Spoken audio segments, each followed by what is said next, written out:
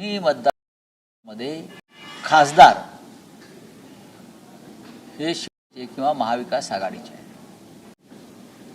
तुम्हाला माहित असेल की शिर्डी लोकसभा मतदारसंघामध्ये 20 वर्षापेक्षा ऑलरेडी जास्त काळ शिवसेनेचे खासदार आहेत ना. लोकसभेला लोक मतदान करतात, अनेकदा विधानसभेलाही केलेलं आहे. त्याला कारण आपल्यालाही माहिती आहे.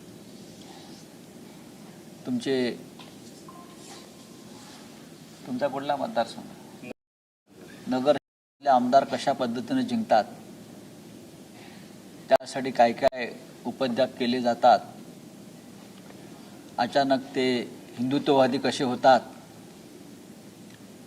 या सगळ्या गोष्टी सगळ्यांना माहीत असतात. जोपर्यंत लोक काही भागामध्ये निर्भय होऊन मतदान नाही तोपर्यंत काही गोष्टी सहन कराव्या लागतात.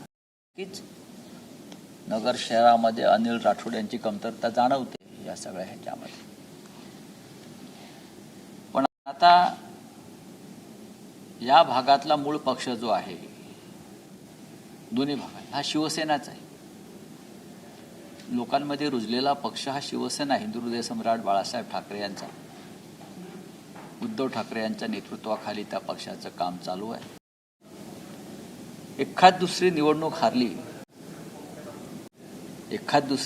हारली म्हणजे त्या पक्षाला कमजोरी आली, तो पक्ष नष्ट झाला असं होत नाही.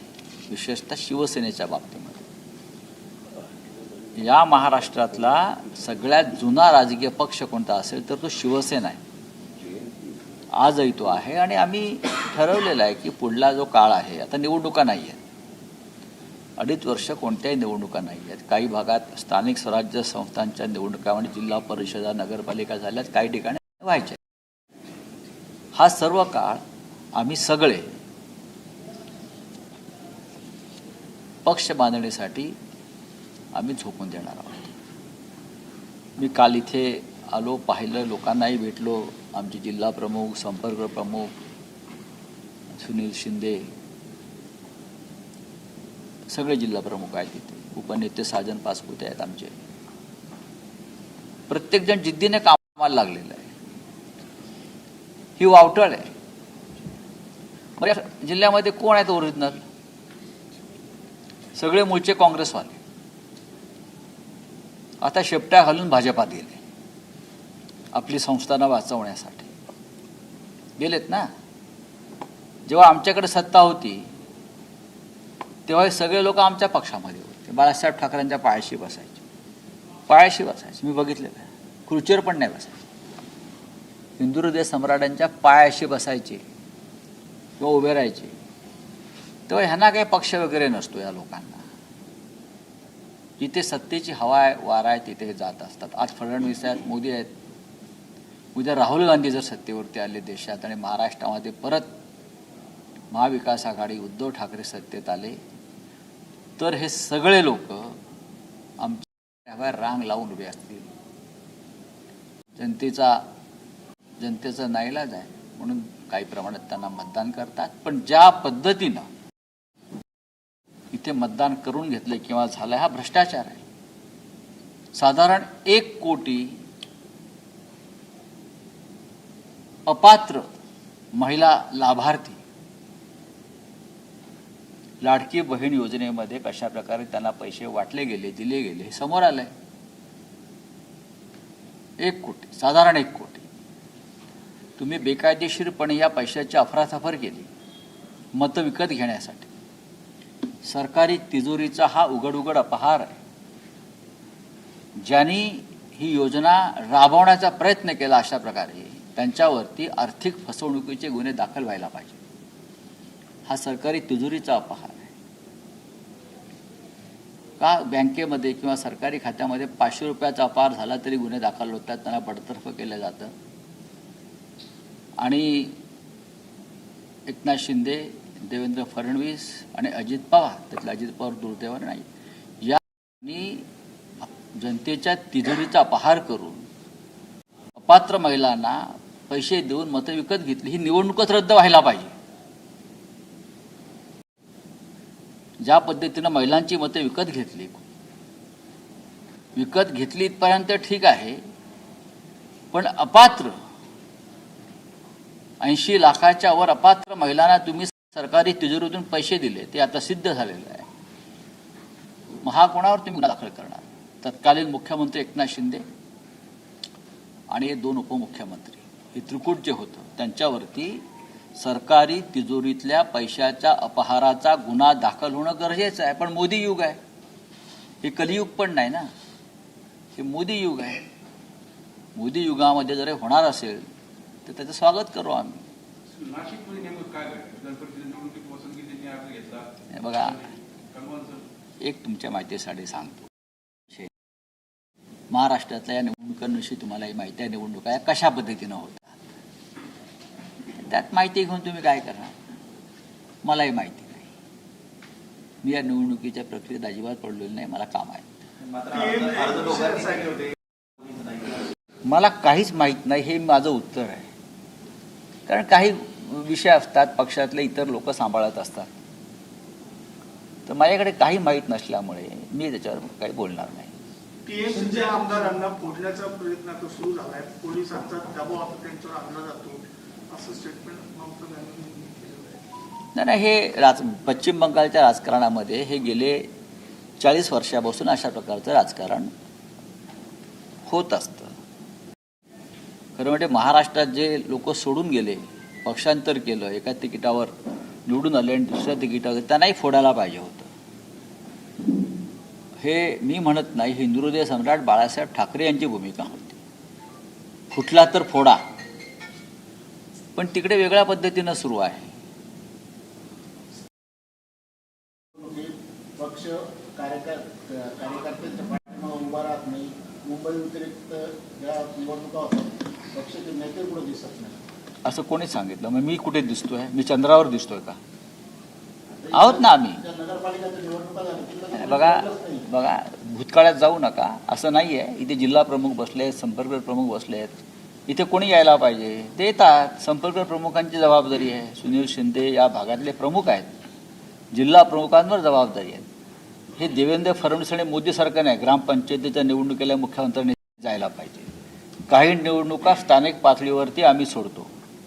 हेलिकॉप्टर घेऊन, विमानं घेऊन कोणी ग्रामपंचायत निवडणुकीला फिरतं का?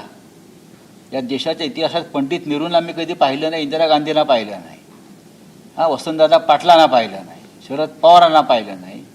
हे नवीन जे झंझट सुरू केलं आहे की ग्रामपंचायत नगरपालिकेच्या निवडणुकांना चार्टर फ्लाईट, हेलिकॉप्टर घेऊन फिरायचं. पण स्थानिक निवडणुका या स्थानिक लोकांवर सोडल्या पाहिजे. शिंदे गटामध्ये पण खतखत कुठेतरी दिसते. अब्दुल सत्तारांच्या मुलाने बंडखोरी करत अर्ज भरला आहे आणि अब्दुल सत्तारांचं म्हणणं असं आहे की भाजप हा शिवसेनेला किंवा इतर भाजप हा शिवसेनेला किंवा इतर पक्षांना संपवायला निघाला. शिवसेनेला नाही, शिंदे गटाला, त्यांच्या गटाला असेल. आम्ही योग्य वेळी बाहेर पडलो. मला वाटतं ते गृहस्थ असं म्हणतायत, तुम्ही ज्याचं नाव घेतलं ते, की भाजपा हे स्लो पॉयझनिंग आहे असं मला कोणतरी म्हटलं. आता कळेल त्यांना पॉयझन काय असतं ते.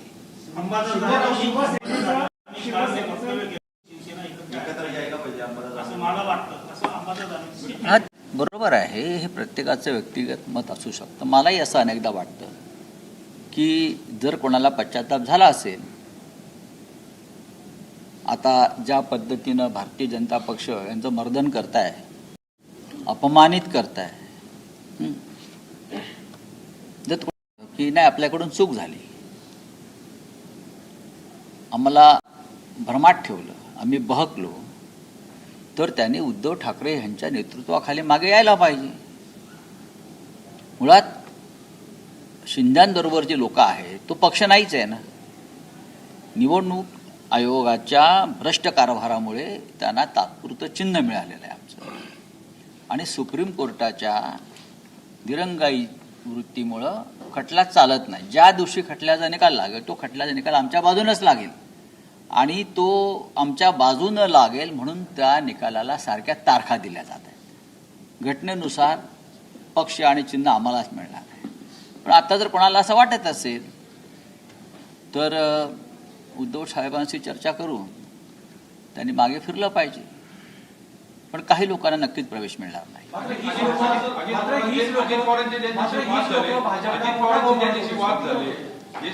भाजप या महाराष्ट्रामध्ये कधीच मोठा भाऊ नव्हता.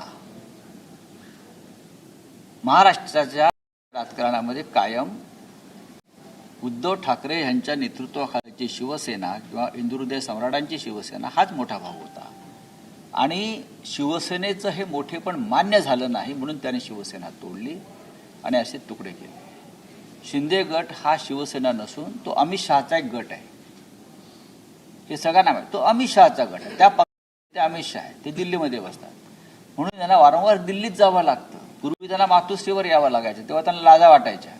आता दिल्लीत जाऊन तिथे अमित शहाच्या कृष्ण मेनन रोडवरच्या बंगल्याच्या हिरवळीवरती पांढऱ्या पॅन्टी घालून बसतात आणि उठताना ढुंगणाला गवत लागलं असं त्यांच्या, असं त्यांना ते थांबावं लागतं. तेव्हा हा अमित शहाचा गट आहे.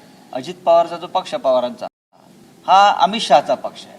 हे पक्ष नाही, ते त्यांचे गट आहेत. अमित शहाने निर्माण केलेले गट आहेत. नाही, मला बघा, हा त्यांचा अंतर्गत विषय, हा त्यांचा अंतर्गत विषय, मी त्याच्यावरती का बोलावं. पण मी वारंवार सांगतो की अजित पवारांचा जो पक्ष आहे तो भविष्यात राहणार नाही. स्वतःची आणि स्वतःच्या पक्षाची चिंता करावी, स्वतःच्या पक्षाला भावपूर्ण श्रद्धांजली अर्पण करण्याची असं कोण? विखे पाटील बोलले. ठीक आहे, विखे पाटील हे आमच्यामध्ये सुद्धा आले होते. ते आमच्या पक्षातून गेले, तेव्हा आम्ही त्यांना श्रद्धांजली वाहिली. अनेक पक्ष फिरून आलेल्या माणसानं आमच्यासारख्या शिवसेनेतल्या निष्ठावंतांवर बोलू नये, हा निष्ठेचा अपमान ठरेल. ज्या काँग्रेस पक्षानं तुम्हाला सर्व काही दिलं त्या काँग्रेस पक्षाशी आपण आधी बेईमानी केली. मग तुम्ही शिवसेने आलात मग तुम्ही शिवसेनेशी बेईमानी केली. आता तुम्ही ज्या पक्षात आहात त्या पक्षात तरी किती काळ राहणार आहात. मग अशीच म्हणा, जोपर्यंत सत्ता आहे तोपर्यंत हे राहते. या जिल्ह्यामध्ये काँग्रेसचं किंवा निष्ठावंताचं एकमेव नेतृत्व ते म्हणजे बाळासाहेब थोरात आहे किंवा त्यांचं कुटुंब आहे, यांनी सातत्यानं काँग्रेसचं नेतृत्व केलं. कारण त्यांचं कुटुंब हे स्वातंत्र्य चळवळीतून आलेलं पुढे होतं. बाकी मला वाटत नाही कोणी असे असतील. देशात तुम्ही इंडिया आघाडी तयार केली भाजपच्या विरोधात. राज्यात देखील महाविकास आघाडी आहे. सध्या गेल्या काही दिवसांपासून सूर येतोय की दोन शिवसेना एकत्र आल्या पाहिजे. तर भाजपा विरोधात ही ताकद वाढत असेल तर तुम्ही अनेक वर्ष राजकारण करतात, काय तुम्हाला वैयक्तिक वाटतं, एकत्र आले पाहिजे का दोन्ही शिवसेना? शिवसेना एकच आहे. मी कालही म्हणालो, दोन शिवसेना असूच शकत नाहीत ना. शिवसेना जिथे ठाकरे तिकडे शिवसेना, आणि शिवसेनेचं काम हे सातत्यानं शिवसेना भवन किंवा मातोश्रीतून चालतं. जिथे ठाकरे नाहीत ती शिवसेना कशी असणार मला सांगा.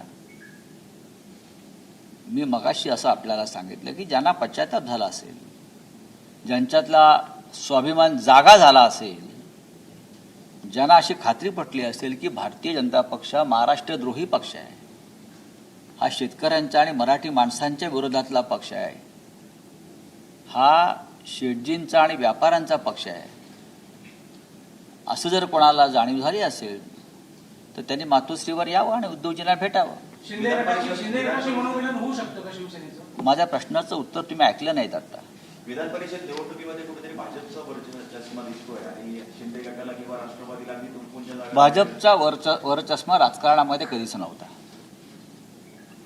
चोरांचं राज्य हे अल्पकाळ टिकतं.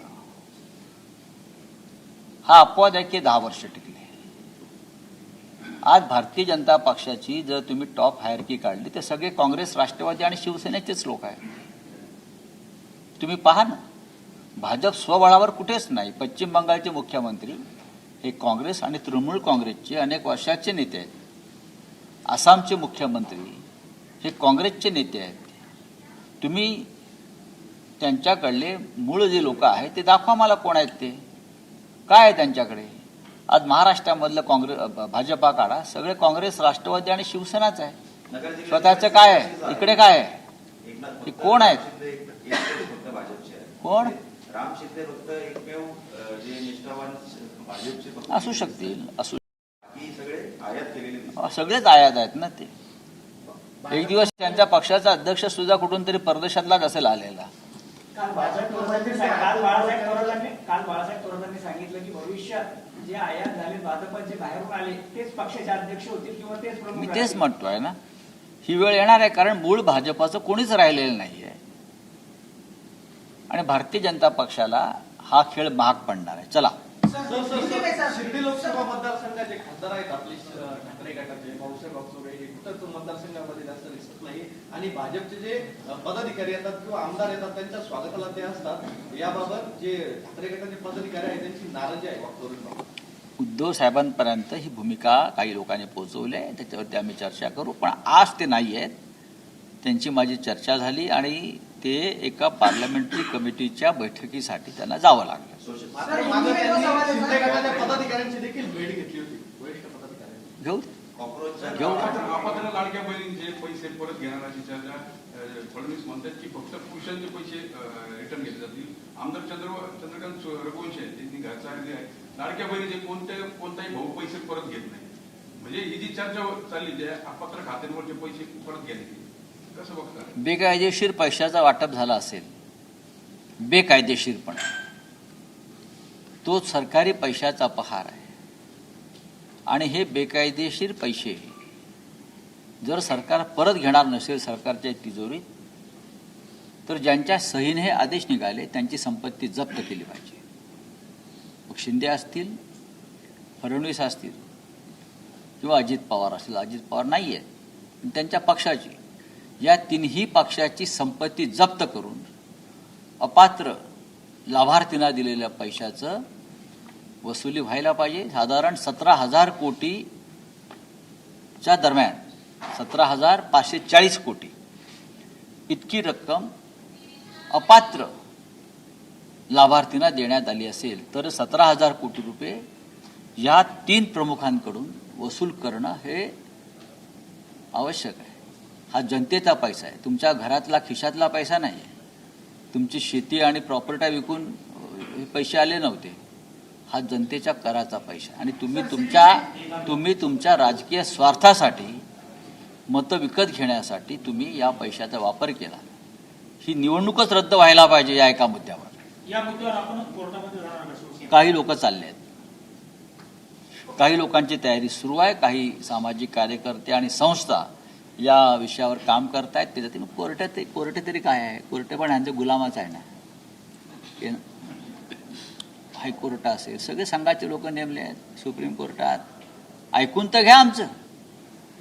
आपण न्यायासनावर बसलेले आहात ना, आपण न्यायमूर्ती आहात ना. या महाराष्ट्राला रामशास्त्रांची परंपरा आहे ना. हा, थोडा तरी बाणा दाखवा, ऐकून तर घ्या आमचं. काँग्रेस जनता पार्टी ही जी सोशल प्लॅटफॉर्मवर तयार झालेली मोहीम आहे, कुठली? काँग्रेस जनता पार्टी जी आहे त्याचं आंदोलन 6 तारखेला आंदोलन आहे दिल्लीमध्ये. तुम्ही पाठिंबा त्याला द्याल? बघू किती झुरळं बाहेर निघतायत ते बघू आपण. चला हिंदी में पूछे क्या है. आज मिलावा संपन्न हो रहा है, क्या मार्गदर्शन करेंगे पदाधिकारी? अरे देखिए, शिरडी हमारा शिवसेना का हमेशा गढ़ रहा है. यहाँ के सांसद, मेंबर ऑफ पार्लियामेंट 20 साल से शिवसेना से है. अब कोई चुनाव नहीं है 2 साल 3 साल तक, तो पार्टी चीफ उद्धव ठाकरे जी ने तय किया है पूरे महाराष्ट्र में संगठन मजबूत करने के लिए हम सब लोग काम करेंगे. आज यहाँ हमारे कार्यकर्ताओं का एक रैली है, बड़ी मात्रा में हजारों लोग आने वाले हैं. तो जरूर उसमें मार्गदर्शन होगा. और आने वाले विधानसभा की तैयारी अब से हमारी शुरू हो गई है. आने वाले दिनों में अगर भाजपा से मन मिलाव होता है तो जाएंगे आप साथ में भाजपा के साथ? ये सवाल आप देवेंद्र फडणवीस जी को पूछिए ना. सर फिल्म नायकों के माध्यम से कोई दोस्ती का रिश्ता बना रहे? मुझे मालूम नहीं. सर फडणवीस अंबादास दानवे ने कल स्टेटमेंट किया है कि दोनों शिवसेना का मिलन होना चाहिए. मिलन होना चाहिए. उनकी वैयक्तिक, उन्होंने निजी, आपने आपके साथ अभी सच कहा ना, उनकी वैयक्तिक भूमिका है. ये पार्टी की भूमिका अब तक तय नहीं हो गई है. लेकिन अगर शिंदे गुट में ऐसे कोई लोग हैं जो चाहते हैं कि हमने गलत काम किया है, हमने बेईमानी की है पार्टी से और हमको प्रायश्चित लेना चाहिए, ऐसे लोगों के लिए शिवसेना के दरवाजे खुले रहेंगे.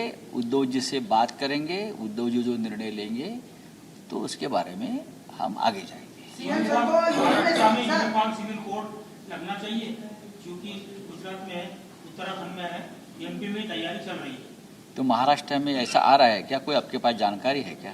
नहीं, आपको मेरे पास जानकारी नहीं है, ये लगना चाहिए नहीं चाहिए? मेरे पास जानकारी नहीं है, हमारी सरकार नहीं है। अगर हमारी सरकार होती तो मैं बात करता, सरकार किसी और की है तो मैं क्यों बात करूं। चलिए, थैंक यू।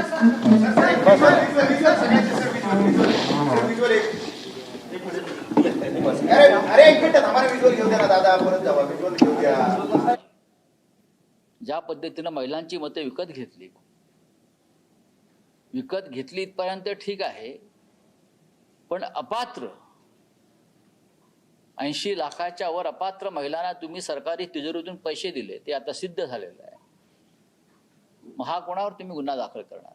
तत्कालीन मुख्यमंत्री एकनाथ शिंदे आणि 2 उपमुख्यमंत्री, हे त्रिकूट जे होतं त्यांच्यावरती सरकारी तिजोरीतल्या पैशाच्या अपहाराचा गुन्हा दाखल होणं गरजेचं आहे. पण मोदी युग आहे, हे कलियुग पण नाही ना, हे मोदी युग आहे.